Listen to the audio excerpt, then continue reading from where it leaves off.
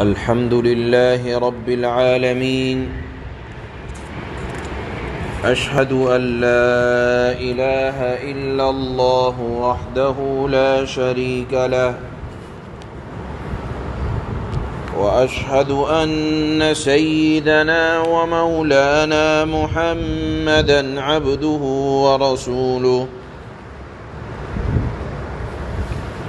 أما بعد فأعوذ بالله من الشيطان الرجيم.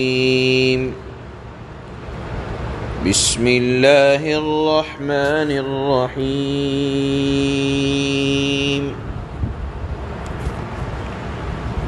ألم تر إلى ربك كيف مد الظل ولو شاء لجعله ساكنا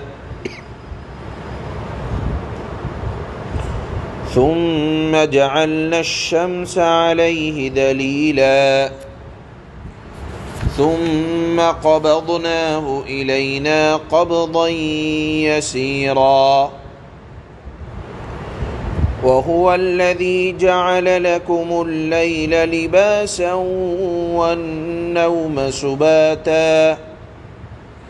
والنوم سباتا وجعل النهار نشورا وهو الذي أرسل الرياح بشرا بين يدي رحمته وأنزلنا من السماء ماء طهورا لنحيي به بلدة ميتا ونسقيه مما خلقنا أنعاما وأناسيا كثيرا ولقد صرفناه بينهم ليذكروا فأبى أكثر الناس إلا كفورا. صدق الله مولانا العلي العظيم. رب العالمین نے ان آیات میں یہ ارشاد فرمایا کہ دیکھو عبادت کے لائق تنہا یہ اللہ کی ذات ہے. اللہ کی شان یہ ہے کہ عبادت اسی کے لیے کی جائے. کیوں یہ شان ہے یا اللہ کا حق کیوں ہے کہ ہم اللہ کے لیے عبادت کریں؟ ان آیات میں اللہ نے اپنی قدرت کی نشانیوں کو بیان فرمایا ہے. بار بار اللہ کا طریقہ یہ ہے قرآن کے اندر بار بار انسان کے ضمیر کو جھنجھوڑنے کے لیے اللہ اپنی قدرت کی نشانیوں کو ذکر فرماتے ہیں تاکہ انسان کی توجہ ان نشانیوں کی طرف جائے کہ ہم اللہ کی عبادت کریں تو کیوں کریں؟ اس وجہ سے کریں کہ دیکھو اللہ کتنے بڑے محسن ہیں. اللہ نے اپنے احسانات کو، اللہ نے اپنی قدرت کی شان کو ان آیات میں بیان فرمایا. اللہ فرماتے ہیں أَلَمْ تَرَ إِلَىٰ رَبِّكَ كَيْفَ مَدَّ الظِّلَّ. اے مخاطب قرآن پڑھنے والے، کیا تو نے اپنے پروردگار کی قدرت کو نہیں دیکھا کہ وہ کس طرح سائے کو پھیلاتا ہے؟ اللہ فرماتے ہیں اگر وہ چاہتا تو اس سائے کو ایک جگہ ٹھہرا دیتا. آپ دیکھتے ہیں جب رات آتی ہے تو ہر چیز تاریکی میں چلی جاتی ہے، ہر چیز سائے میں چلی جاتی ہے. اللہ اگر چاہتا تو ہمیشہ دنیا میں تاریکی ہی تاریکی رہتی، کتنی بڑی پریشانی آ جاتی، کتنی بڑی دقت آ جاتی کہ اندھیرے کے سوا کچھ نہیں۔ پھر فرماتے ہیں اللہ ثم جعلنا الشمس علیہ دلیلا، پھر ہم نے سورج کو اس کے لیے رہنما بنا دیا، یعنی اب سورج نکلے گا، تاریکی ختم ہوگی، تاریکی ختم ہوگی، سایہ ختم ہوگا، پھر ہم اسے تھوڑا تھوڑا کر کے اپنی طرف سمیٹ لیتے ہیں۔ یعنی آپ دیکھیں کہ جب سورج صبح میں مشرق سے نکلتا ہے تو سایہ مغرب کی طرف زیادہ ہوتا ہے، لیکن جیسے جیسے سورج اوپر چڑھتا چلا جاتا ہے سایہ گھٹتا چلا جاتا ہے، تاں کہ جب زوال ہوتا ہے اور پھر زوال کے بعد جب سورج ڈھلنا شروع ہوتا ہے تو سایہ دوبارہ مشرق کی طرف بڑھتا چلا جاتا ہے، یہاں تک کہ سورج غروب ہوتا ہے، اور غروب ہونے کے بعد دوبارہ دنیا میں تاریکی آ جاتی ہے۔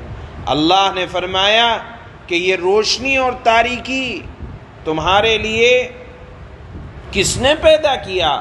کون سی وہ طاقت ہے کہ جو اس سائے کو گھٹاتی اور بڑھاتی ہے؟ کون سی وہ طاقت ہے جو سورج کو غروب اور سورج کو نکالتی ہے؟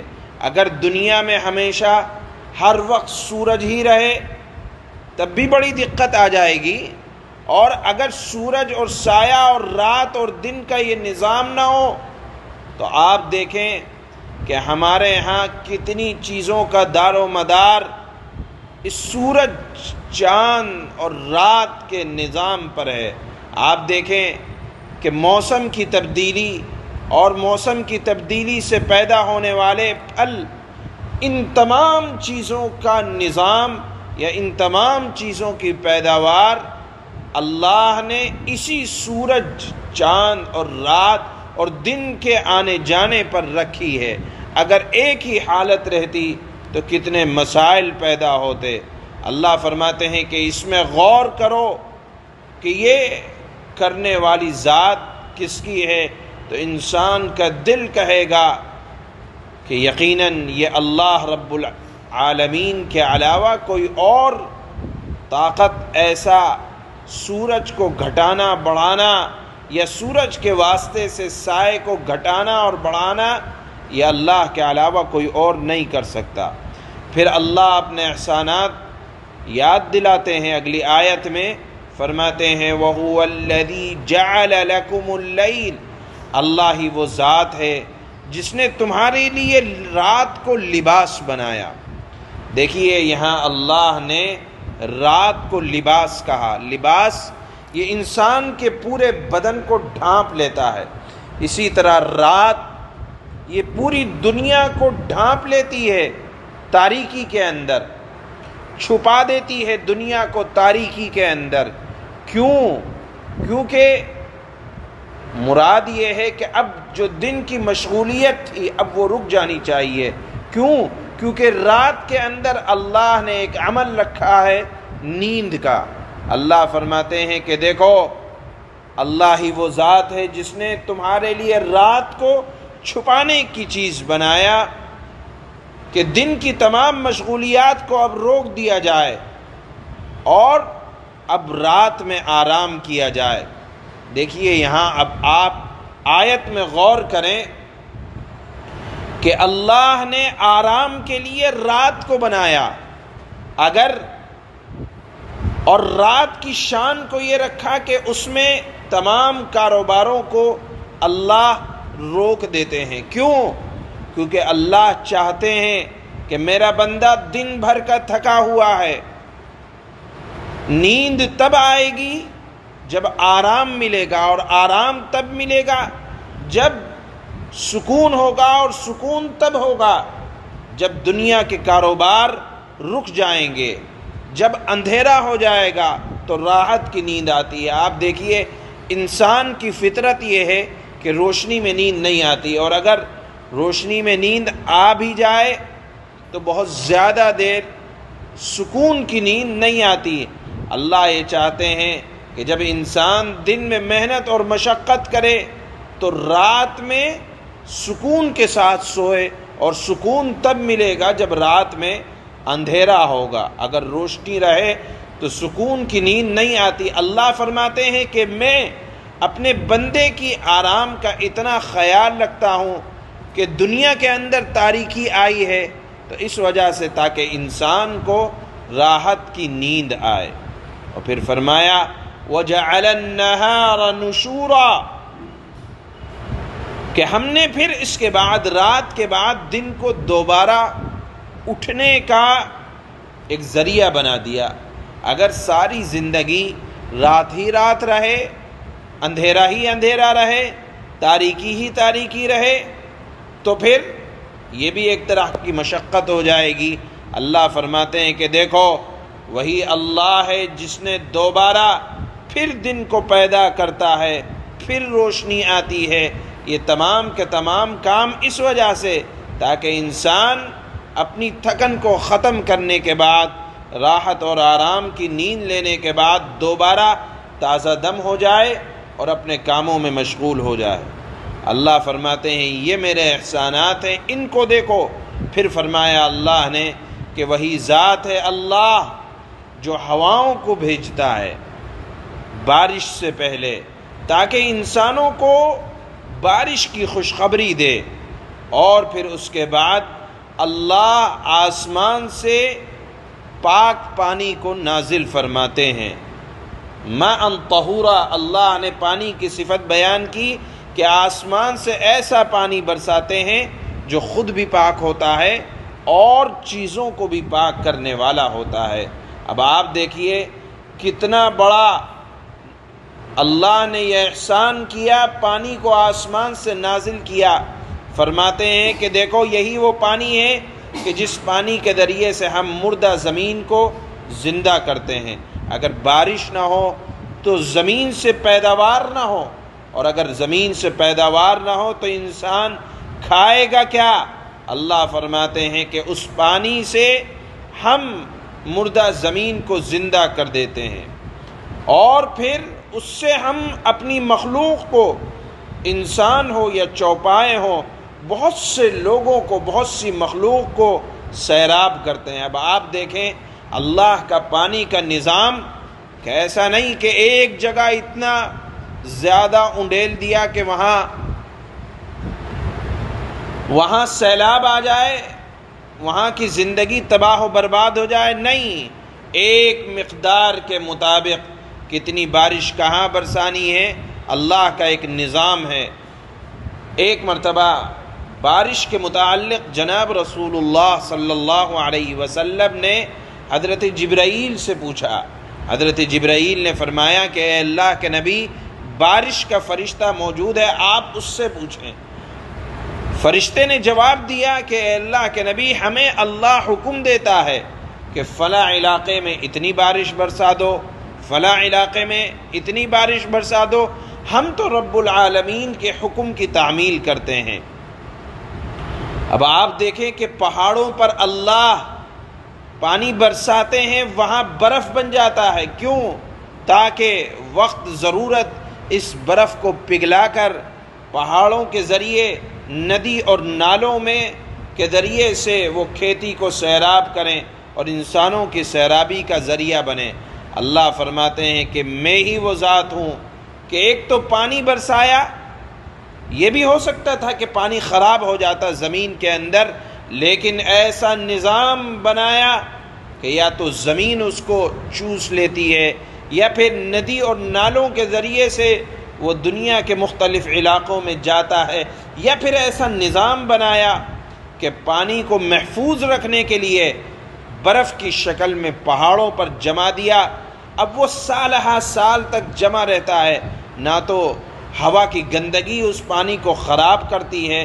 یہ اللہ کی شان ہے کہ پانی برسنے کے بعد خراب بھی ہو جاتا ہے، لیکن اللہ اس پانی کی ایسی حفاظت فرماتے ہیں کہ بہت سی اپنی مخلوق کو اللہ سیراب فرماتے ہیں۔ اب آپ دیکھیں کہ جس رب العالمین کی پیدا کردہ چیزوں کی طاقت یہ ہے کہ پانی کی طاقت یہ ہے کہ وہ سیراب کرتی ہے، پانی کی طاقت یہ ہے کہ وہ مردہ زمین کو زندہ کرتی ہے، پانی کی طاقت یہ ہے کہ وہ پھلوں کے اندر مٹھاس پیدا کرتی ہے۔ اب آپ دیکھیں جب پانی کی طاقت یہ ہے تو پانی کے پیدا کرنے والے اللہ کی طاقت کیا ہوگی۔ اب آپ دیکھیں، غور کریں، اللہ ان آیات میں انسان کے دل کو اپیل کرتے ہیں کہ تم ان بنیادی باتوں میں غور کرو تو تمہیں سمجھ میں آئے گا کہ عبادت کے لائق صرف اللہ کی ذات ہے۔ شان ہے اللہ کی کہ جس اللہ نے اتنا طاقتور سورج پیدا کیا، اس اللہ کی اپنی کیا طاقت ہوگی کہ اتنے دور سے وہ دنیا کو روشن کر رہا ہے۔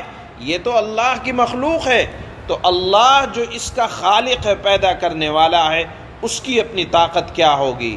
آپ دیکھیں رات کی تاریکی، غور کریں اس میں کہ جس رب العالمین نے رات کو پیدا کیا، اگر وہ کہیں تاریکی پیدا کرنا چاہے تو اس کی اپنی طاقت کیا ہوگی۔ اللہ نے یہاں اپنی نشانیاں بیان فرمائی ہیں کہ اس میں غور کرو تو تمہیں سمجھ میں آئے گا کہ ہمیں رب العالمین کی عبادت کیوں کرنی چاہیے۔ اس لیے کہ اس کا حق ہے، اس نے اتنے احسانات کیے ہیں۔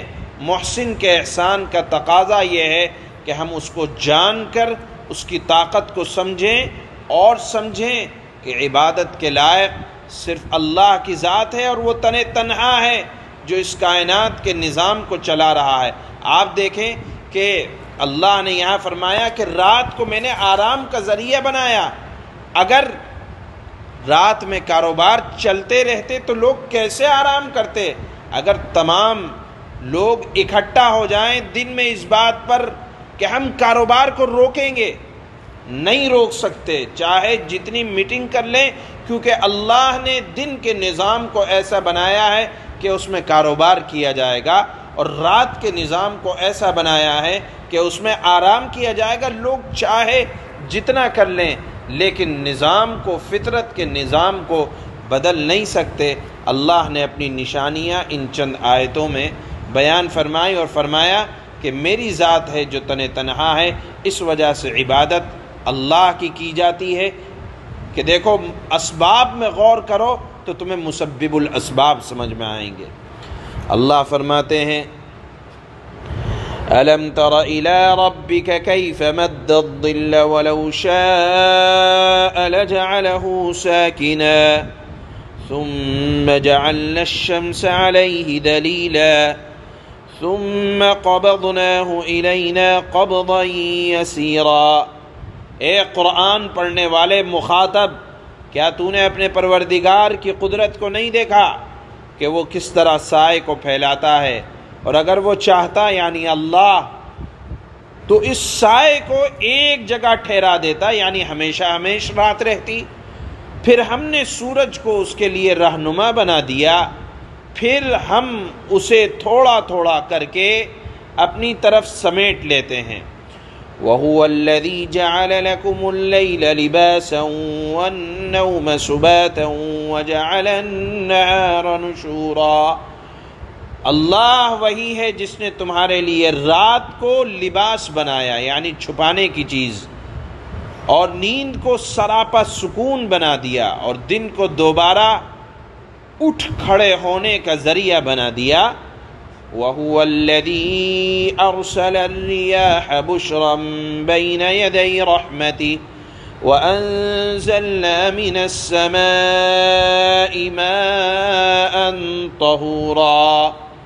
اللہ ہی ہے جس نے اپنی رحمت یعنی بارش سے پہلے ہوائیں بھیجی جو بارش کی خوشخبری لے کر آتی ہیں، اور ہم نے ہی آسمان سے پاکیزہ پانی اتارا، ایسا پانی اتارا جو پانی خود بھی پاک ہے، اور اگر اس سے کسی چیز کو پاک کیا جائے تو پانی کی صفت یہ ہے کہ وہ ہر ناپاک چیز کو پاک کر دیا کرتی ہے۔ ایسا ہمارا مہربان اللہ ہے، فرماتے ہیں لِنُحْيِيَ بِهِ بَلْدَةً مَيْتًا وَنُسْقِيَهُ مِمَّا خَلَقْنَا أَنْعَامًا وَأَنَاسِيَّ كَثِيرًا۔ ہم نے آسمان سے پاکیزہ پانی اتارا تاکہ ہم اس پانی کے ذریعے مردہ زمین کو زندگی بخشیں اور اپنی مخلوق میں سے بہت سے جانوروں اور انسانوں کو اس پانی سے سیراب کریں۔ وَلَقَدْ صَرَّفْنَاهُ بَيْنَهُمْ لِيَذَّكَّرُوا فَأَبَى أَكْثَرُ النَّاسِ إِلَّا كُفُورًا، اور ہم نے لوگوں کے فائدے کے لیے اس پانی کی الٹ پھیر کر رکھی ہے، یعنی کہیں بارش زیادہ ہوتی ہے کہیں کم، جہاں جتنی ضرورت ہوتی ہے اللہ اتنا پانی برساتے ہیں۔ یہ بھی اللہ کی شان ہے کہ یہاں بارش زیادہ ہوتی ہے ہمارے علاقوں میں کم ہوتی ہے، اللہ کو جتنی بارش جہاں برسانی ہوتی ہے اپنی مصلحت کے اعتبار سے اللہ وہاں اتنی بارش برساتے ہیں۔ کیوں کم کہیں زیادہ کہیں کم؟ تاکہ وہ لوگ سبق حاصل کریں۔ لیکن اللہ فرماتے ہیں اکثر لوگ ناشکری کے سوا ہر بات سے انکاری ہیں، یعنی اکثر لوگ اللہ کی ان نعمتوں کی ناشکری کرتے ہیں۔ اللہ ہم سب کی حفاظت فرمائے۔ سبحان اللہ و بحمدہ، سبحان اللہ۔